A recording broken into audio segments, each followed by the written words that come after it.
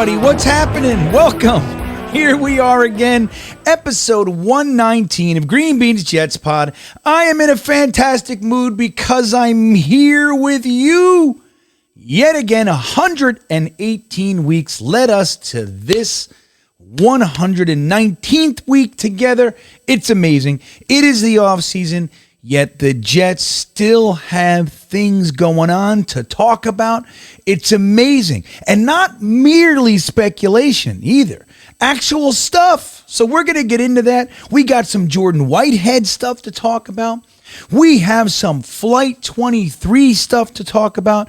We have some interesting wrinkles about the salary cap we can get into. And we're going to get into all of it right here in this episode of GreenBean's Jets Pod. Again, I am happy that you are here. Before we get going, I would like to remind you of just a few small things. The first thing is the milk thumbs. Yeah, let's get that like button going. The old thumbs up. Click it below the video. It means the world. It is appreciated. If you have not subscribed to the channel yet, that is a fantastic thing to consider. Again, just as easy as the milk thumb.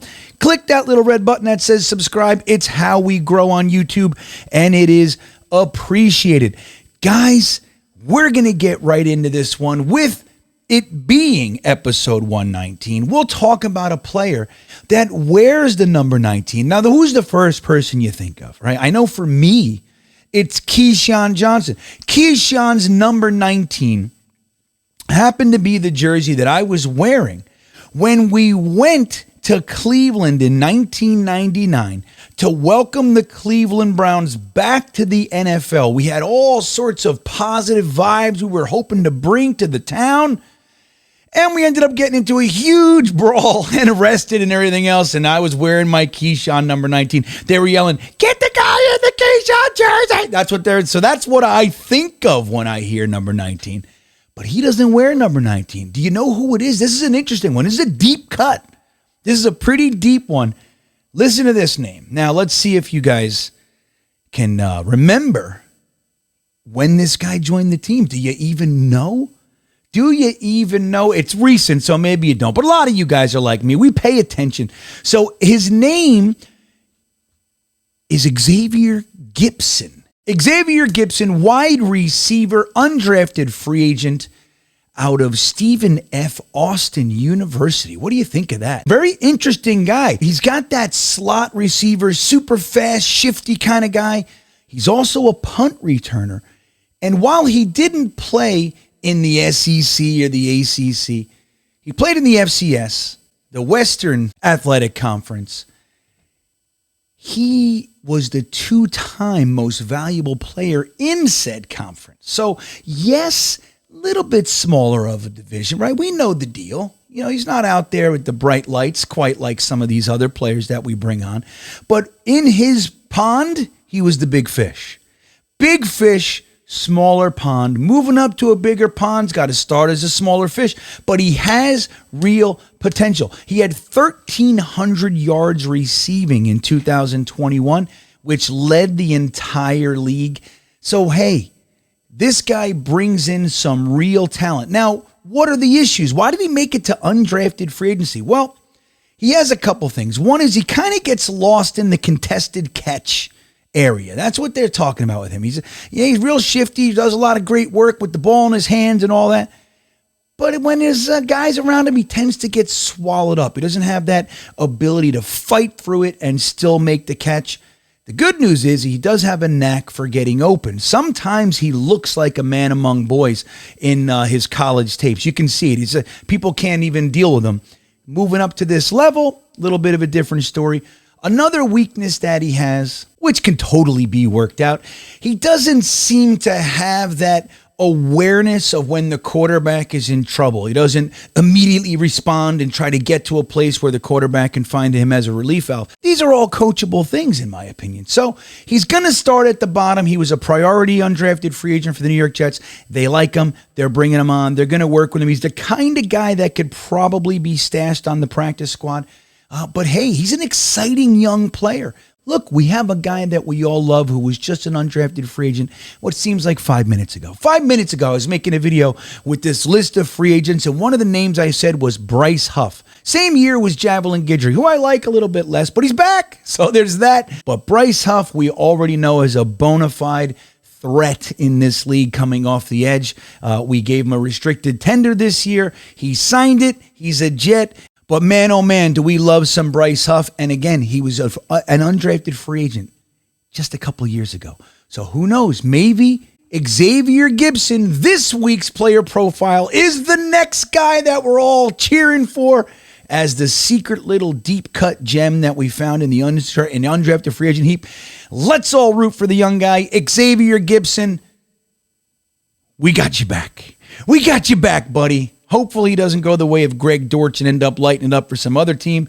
Right here. That's where we want it to happen. Right here for the New York Jets. And that's our player profile. Xavier Gibson. I love it. I love these guys. I like watching the bottom end of the roster. That's exciting to me. Even the 4th through 7th round picks and then the undrafted free agents. I love those guys. I root for those guys. I want those guys to make it. I want them to make good. Doesn't mean they're talentless just because they made it to the undrafted free agent pile. Look, we have a couple names. We talk about them all the time. Snacks Harrison, Robbie Anderson, and there are more.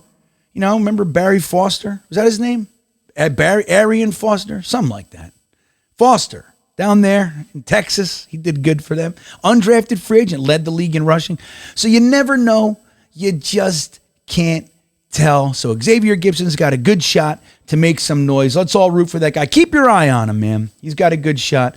Now, that being said, we're going to dive right into some goodies this week. We're going to get right into it with this installment of the News of the Week.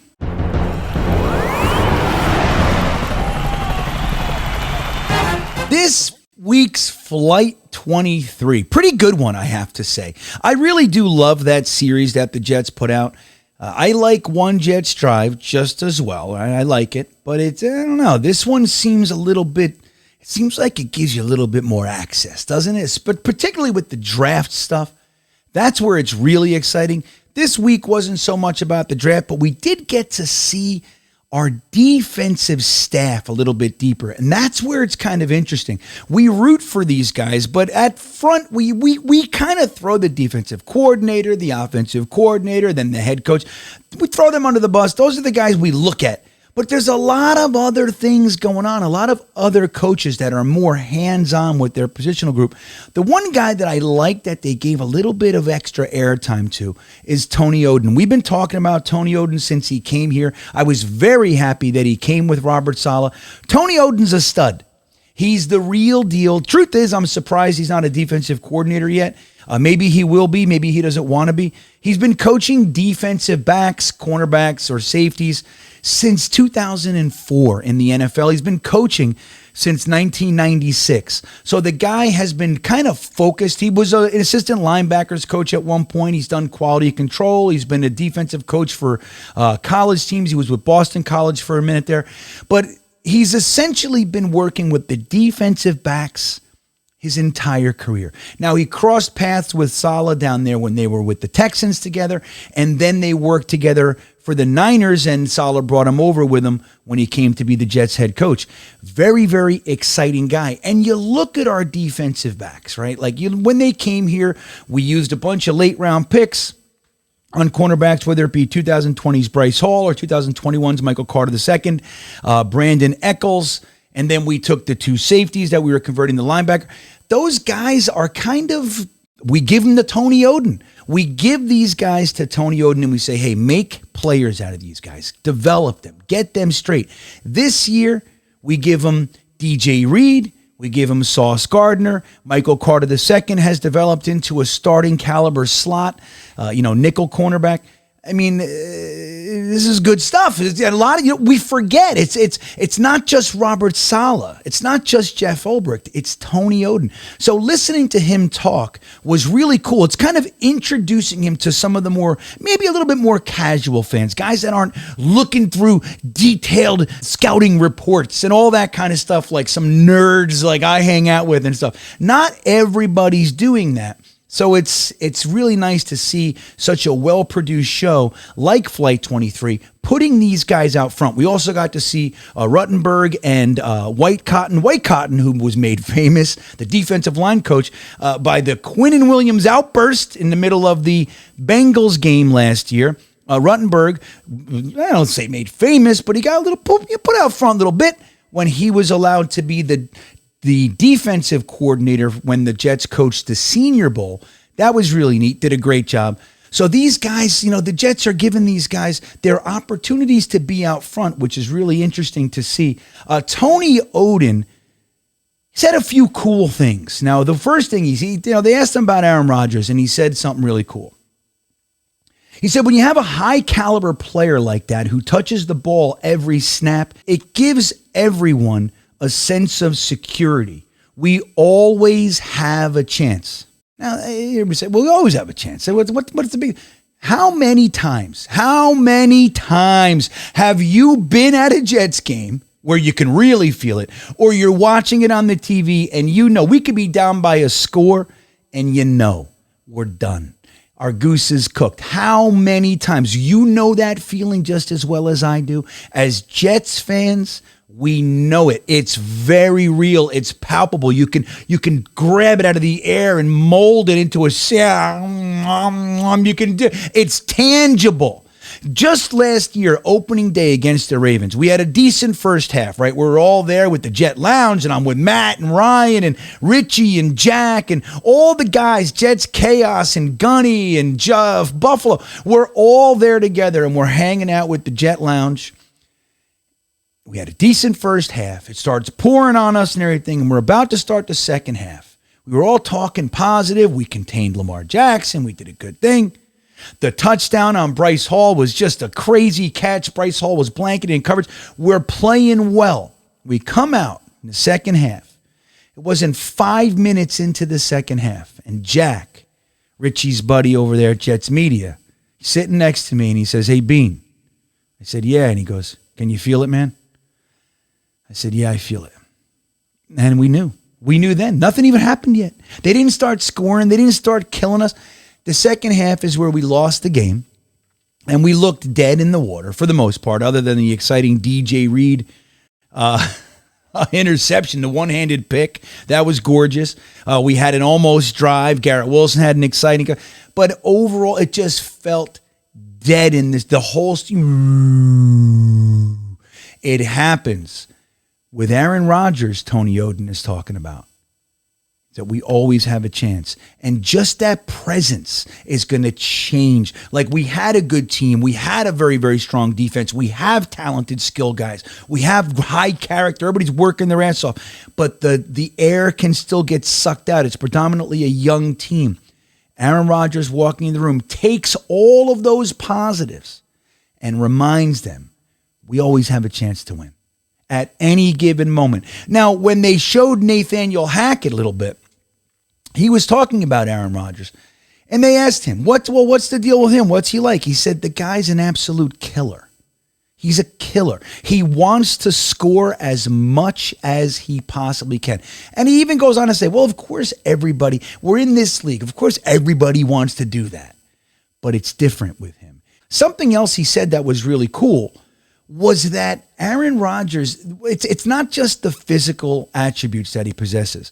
It's his ability to see what's in front of him and know exactly what's going to happen. He can read it like the young guys we've been depending on at the quarterback position, whether it be Sam, whether it be Zach, whether it be Mike White, whoever it is. They don't have that ability. Not every quarterback has that ability to just line up, put your hands under your center's ass, look around and go, oh, if he does this, if I see that guy take one step I know exactly what's going to happen, and this is what I'm going to do. Not everybody has that. Hackett was telling us that Aaron Rodgers is bringing that, in addition to what Tony Oden said. Tony Oden said something really, really cool that I want to remind you about. We've been talking about it a little bit this week, but it's really cool. He said the goal is to hold teams to 0. 0. That's what we're shooting for. If they don't score, they don't win. They don't score, they can't win. It's just that simple. We're going out there to hold teams to zero. You know that old saying, you shoot for the stars and you land on the moon?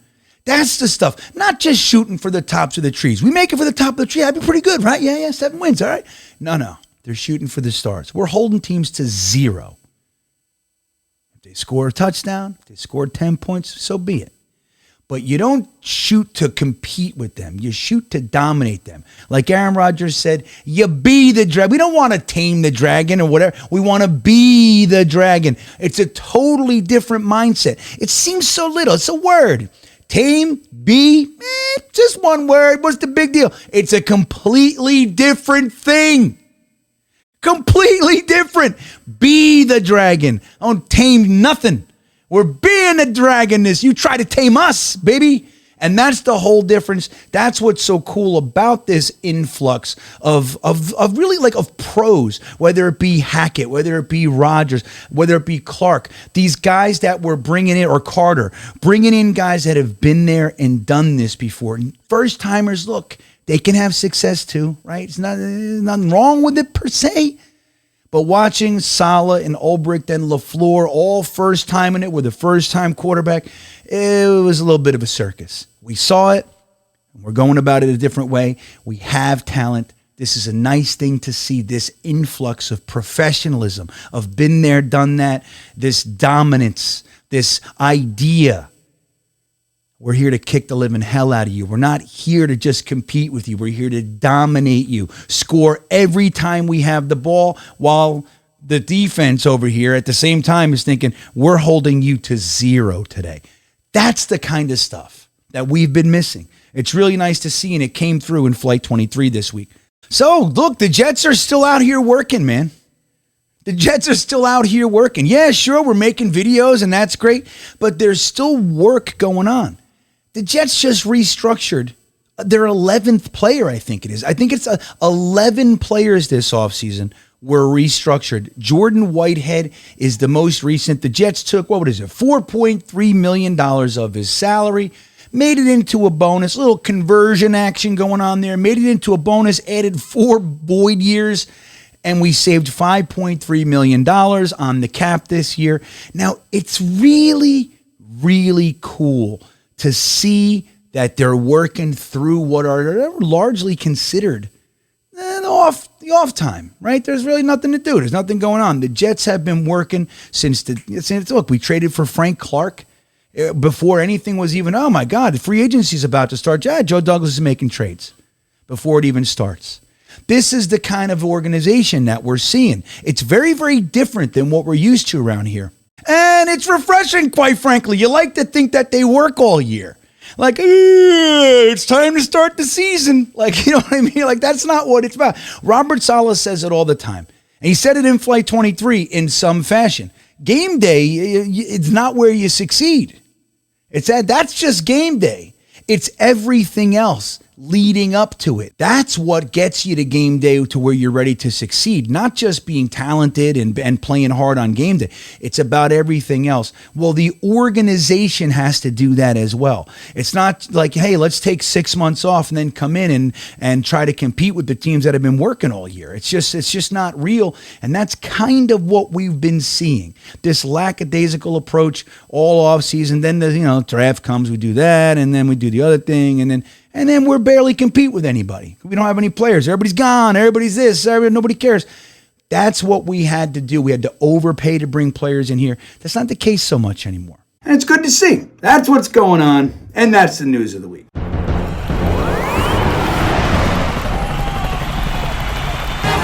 So we talked a little bit about salary restructuring, but there's more going on here with that.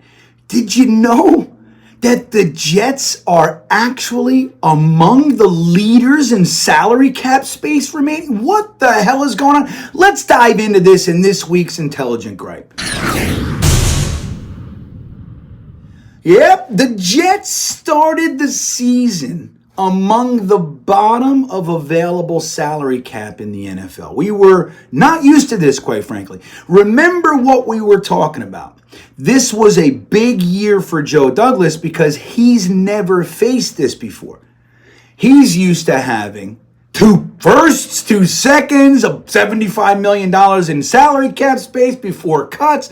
Like, this is what he's been working with, because he's in the middle of a teardown. He's getting rid of expensive dead weight. That's what he's doing. So this year was the first year that we were going to have to see him balance the budget. How are you going to bring guys in? I think we had $2.8 million or something like that in salary cap space. So now we look at this guy going through the offseason. What's he going to do? He has to cut Carl Lawson. He's got to cut Corey Davis, right? Jordan Whitehead's going to get cut. All these guys are going to get cut. Maybe CJ Mosley. He's got no guaranteed money left, $21 million. We didn't see any of that. We didn't see any of it. Not one thing. We asked Berrios to take a pay cut. He said no. We cut him. He went to Miami. Okay, that's that. We were wondering if he was going to be able to sign anybody. Let's take a trip down memory lane here and see if he was able to sign a player or two. So he comes out of the gate and he signs guys like Wes Schweitzer. We're like, all right, pretty good. Okay, it's nice. It's depth, right? It's better than not signing Wes Schweitzer. Right? So we do that. We signed Randy Castillo. No, it's not him. It's the bass player from, the drummer. The drummer from Ozzy, God rest his soul. Tristan Colon Castillo, backup center. Gardish from the Ravens, bring him on. That's nice. And then listen to this. These are the guys that, so we bring in a couple depth offensive linemen. That's kind of where we thought we were going to be, right? We got a lot of depth guys, using draft picks on the line. That's where we thought we were going to stick. He brings in Alan Lazard. He gives him a 4-year, $44 million contract. He brings in Mecole Hardman, 2 years, $5 million contract. He grabs Quentin Jefferson, defensive tackle, 1 year, $3.6 million.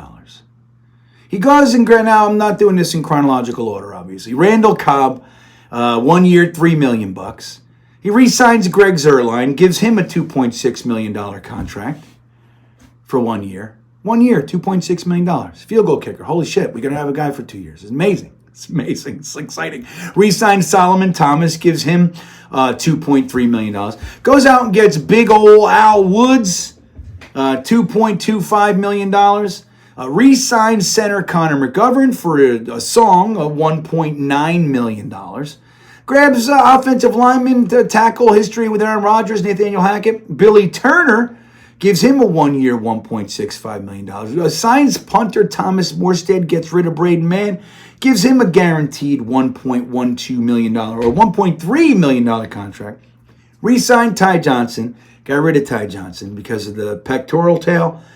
And, he by the way, he made a couple trades. He traded for Frank Clark, safety, and he brought in Aaron Rodgers. And we are left with $24.8 million. 24. So he didn't lose Carl Lawson. He didn't lose Corey Davis. He didn't lose CJ Mosley or Jordan Whitehead. He added Aaron Rodgers and Lazard and Hardman and blah, blah, blah, blah. And somehow we have $25 million to sign whoever we want. Or to do, we could keep it. We could make everybody happy on Christmas. We could do that. We could do whatever we want. Somehow, so look, we're looking at this guy. We've seen him make trades. We've been very happy. We've seen him make draft picks, up and down. But the last year, we've been very happy with the most recent crop, right? Offensive and defensive rookie of the year. Not too shabby. Fair point. So we're curious how he's going to do this salary cap thing. Now, the Jets are reported to have a lot of freed up money next year, $100 million, whatever it might be. Now, Aaron Rodgers is going to muck that up somewhat, so they got to do some work there. Who knows how they're going to do it? But that aside, we're having a lot of money free up next year, and Joe Douglas, with his first time being forced to balance the salary cap, was able to add players while not really losing anybody he didn't want to. I mean, George Fant, right? He's out there. We thought Connor McGovern was probably going to go. I mean, who else? I mean, we lost Nathan Shepard and Sheldon Rankins. You're always going to lose some guys, but I wouldn't call those, right? We love Sheldon Rankins. Nathan Shepard's been here for a long time. We like these guys, but they're, it's not losing Garrett Wilson or anything like. It's not Quinnen Williams, right? We have fair points, right? You get it? So it's an interesting thing. I gotta say, he's done a pretty good job balancing the salary cap for 2023.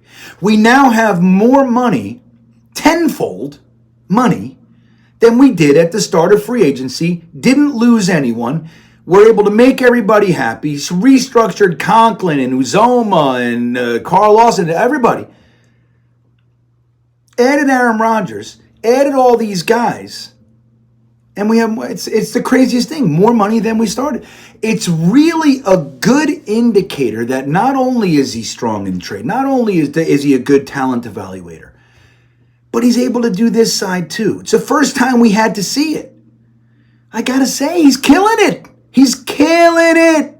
Do you not see it? Do you not agree? He's crushing it. Oh, what about next year? Maybe. Who knows? That's next year. Let's see what he does next year, because let me tell you, at the beginning of this offseason, I was in numerous conversations with people saying, now we're going to see how bad Joe Douglas really is. He sold it all. He blew it with Zach Wilson. Now we got to do this and that, and we don't have the money to do it, and it's all going to go down the toilet. I don't know. I mean, who knows if we're going to win? We don't know that. This could all be for nothing. But I got to tell you, man, I'm really digging the way that this is happening. Now, the real question is, what is he doing this for? Is it for Aaron Rodgers? Is it to re-sign Quinnen? That's a big one. We got to see how he does that, because that's another little hurdle for the Jets. We haven't had the real need to sign any of our first-round picks. They've all been kind of busty. Darren Lee, right? Busty. Right, who else? What do we got? I mean, I can't even think of any. Jamal Adams, we traded. Leo, we traded. Get value for them. They're not out there lighting the league on fire or anything. Leo had the good. Leo's a good player. You can't take anything from Leo. But we had Quinnen. So it made it expendable. So he got value for him. So it's Sammy. I mean, who? Zach? Zach, we'll see. But Sammy, it's one of those things. This is the first player that we're really looking at as a guy that we really need to re-sign. So we'll see how he does that one. But with 25 or just under 25 million bucks, we're going to see what Joe Douglas is really doing this for. Is it strictly for Aaron Rodgers? Are we going to give him more money this year, kind of front loaded, so we can just take this money and get rid of some of the money that we'll have to spend next year? Are we trying to go out there and make one more big swing at somebody? Who knows? There's all kinds of rumors. Obviously, the D-Hop, which is a flash in the pan type of rumor. You got Dalvin Cook. There's all kinds of guys that are being floated. Pretty much anybody that's out there, they float toward the Jets. Ngakoue. Sports Illustrated said the Jets were the number one landing spot for Yannick Ngakoue. Yeah, because we have so many holes on the edge. I don't know what they're thinking. I don't even think they know. I just think they talk. That's what they do. They just talk. They don't know. God bless them. So, it's interesting. What do you think Joe Douglas is going to do with the money? Why is he clearing all this salary cap space? What is it? Either way, not losing anybody, adding the guys you wanted to bring in, and still making money on the deal, I got to say, I'm impressed. We'll see how it goes year by year, but that's how you do it. You take it year by year. Next year, maybe he ends up with $100 million in salary cap space. Who knows? So now is what we have. Now he's doing well. And that's the intelligent gripe. I'll tell you, everybody, I'm getting excited. It's hard not to be excited for this season, especially watching stuff like Flight 23, man. Sheesh. CJ Mosley.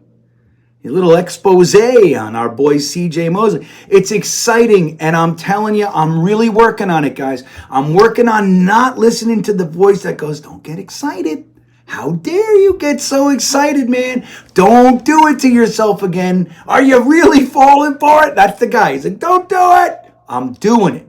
I'm going to allow myself to enjoy this time. Plenty of reason to be excited until there's reason not to be. Shit, I was excited till week 17 last year. It was week 18, I was like done. Last week, I'm like, all right.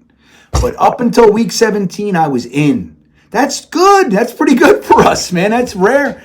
So I'm in, man. I'm riding this one, everybody. I hope you are too. I hope you're allowing yourself to be excited. We can be excited together. But with that all said, that's the end of our show. Thanks for hanging out with us for episode 119 of GreenBean's Jets Pod. I hope you have a great week. And with that being done, as always, go Jets.